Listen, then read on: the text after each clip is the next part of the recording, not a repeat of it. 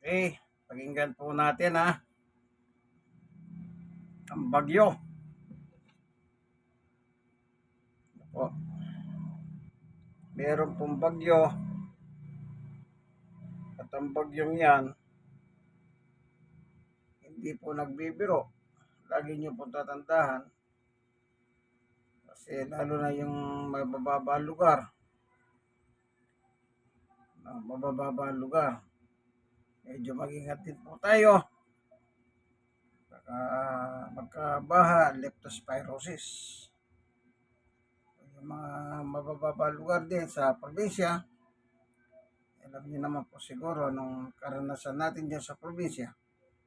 Pakinggan natin ang bagyo. Monitor na low pressure area pero ito po ay nasa labas na po ng Philippine Area of Responsibility. Ito po ay may mataas na tsansa na ma-develop po bilang isang tropical depression ngayong araw din po na ito kaya patuloy po nating i-monitor.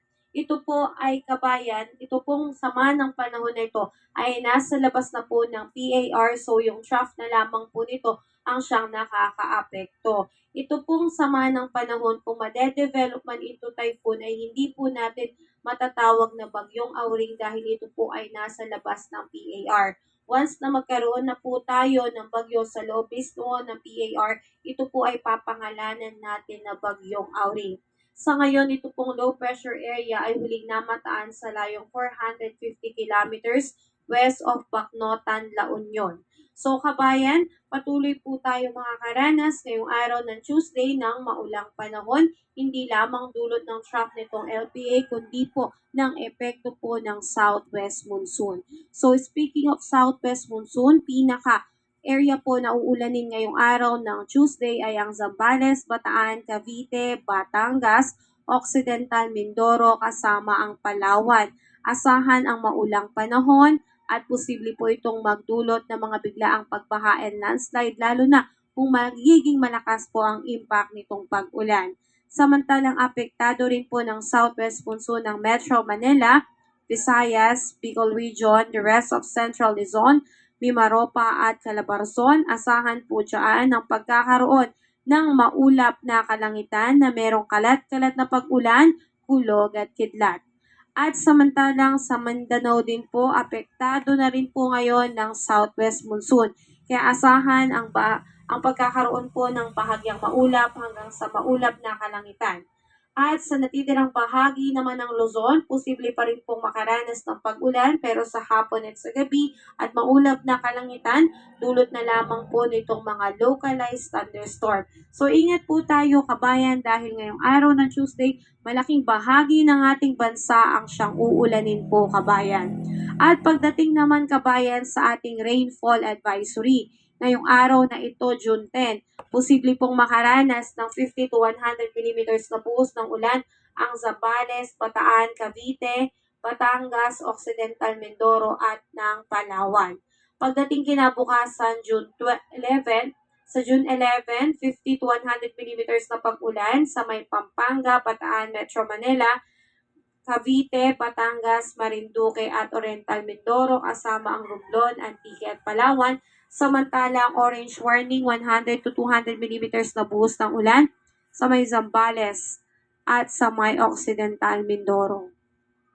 Pagsapit ng June 12 kabayan, yellow warning naman sa may Pampanga, Bataan, Metro Manila, Cavite, Batangas, Occidental Mindoro, Antique at Palawan at orange warning pa rin po 100 to 200 millimeters na buhos ng ulan sa may Zambales at sa may Occidental Mindoro. Pagdating naman sa ating air temperature kabayan, sa may Lawag aabot po ng 32 degrees Celsius, Tuguegarao 34 degrees Celsius, Baguio 24 degrees Celsius, Metro Manila 30 degrees Celsius, Tagaytay 28 degrees Celsius at sa Legazpi ay 30 degrees Celsius. Sa may Calayan Islands at Puerto Princesa, abot po ng 29 to 30 degrees Celsius, Iloilo, Tacloban 31 degrees Celsius, Cebu 30 degrees Celsius, Cagayan de Oro, Davao 32 degrees Celsius at sa may Zamboanga po ay 33 degrees Celsius. So, yun po yung ating inaasahan na air temperature ngayong araw na ito. Huwag po natin kalimutang magdala ng payong, kapote bilang pananggala po natin sa biglaang buhos ng ulan at palagi po tayong mag-alerto at maging updated sa ating panahon lalo na ngayon na mayroon pong sama ng panahon na nakakaapekto ngayon sa ating bansa. So yan na muna kabayan ng aking update. Makikisuyo pa rin ang iyong suporta. So maliwanag po na itong bagyo. Wala na pong pinakamaganda dyan.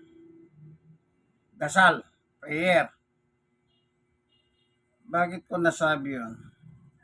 Pagdasal nyo po sa Diyos na ingatan kayo. Yung bagyo, hindi na po natin mapipigilan ng mga yan. Dahil parte na ng mundo yan. Kung walang bagyo, paano tayo magkakaroon ng tubig, yung mga dam? Isipin nyo po. Okay lang yan. Kanya lang, syempre, dahil nagbabagong panahon, climate change kung tawagin, hindi na po natin mapiprevent yung sobrang lakas. Pero ganun pa man, magdasal na lang po tayo. Hingin natin sa Diyos ang kanyang pag-iingat sa ating mga pamilya. Pagdasal natin yung iba't ibang ahensya ng gobyerno upang madali silang sumuporta. Alam mo, DSWD, ano pa ba? Yung preparedness, ano ba yun? May meron ganun. Maraming ahensyang gobyerno pwedeng pagdasal natin sila na sana kada may bagyong ganyan, mabilis silang kumilos, huwag silang papagong-pagong. Babagal-bagal. Kasi buhay ang hinahabol dyan, yung mga ospital, lalo na po yung mga leptospirosis. Kaibigan, kapag na leptospirosis ka, sino pananagutin mo dyan? Daga ang may hihinyan eh. Sana kung alam mo kung sino yung daga na yun eh, hindi eh. Po, kaya ikat-ikat po, magdala ng payong, number 1, kapote, bota. Kung po pwede, pumasok kayo, nakatsinelas na lang kayo. Magdala kayo ng bahulin nyo na lang yung sapatos or bota. Mas lalong mahigi, kapote, payong. Yung payong maganda yun, lalo yung mahaba. Marami matutulong yan. Pag may siga-siga, meron kayo pangambalos. May mga aso, pwede nyong pangsaway. Maganda yung medyo mahaba ang payong. Yung mga tinutupi naman, ingat kayo. Kung minsan ayaw nang mabukas. Na-stack yung spring sa loob, kinakalawang din kasi yan eh. Yung iba naman, hindi naman may sara. Hanggang sa itapon na lang nila sa basura. Ano po, mag-ingat po kayo. Basta, lagi po natin gawin ang pag-iingat. Kasi wala naman po talagang the best, kundi yung magdasal tayo, ingatan tayo ng ating Panginoon Diyos. Ano? Sa ganyan may mga bagyo.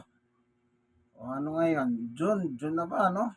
Eh pa lang yung bagyong nangyari na nasa Auring ang pangalan. Pero nasa labas na siya. Ayos sa nakita natin sa mapa.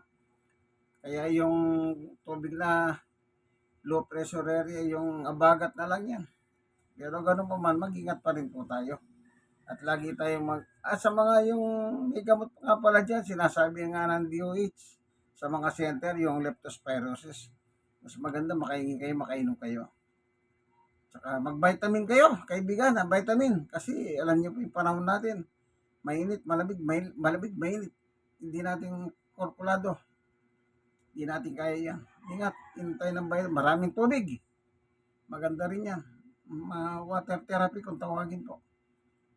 So ito po ang inyong kaibigan Jesus, Brother Manny Bautista. Naalala ko lang po magbigay ng kaya nanonood po ako ng YouTube ng balita sa about Bagyo Auring.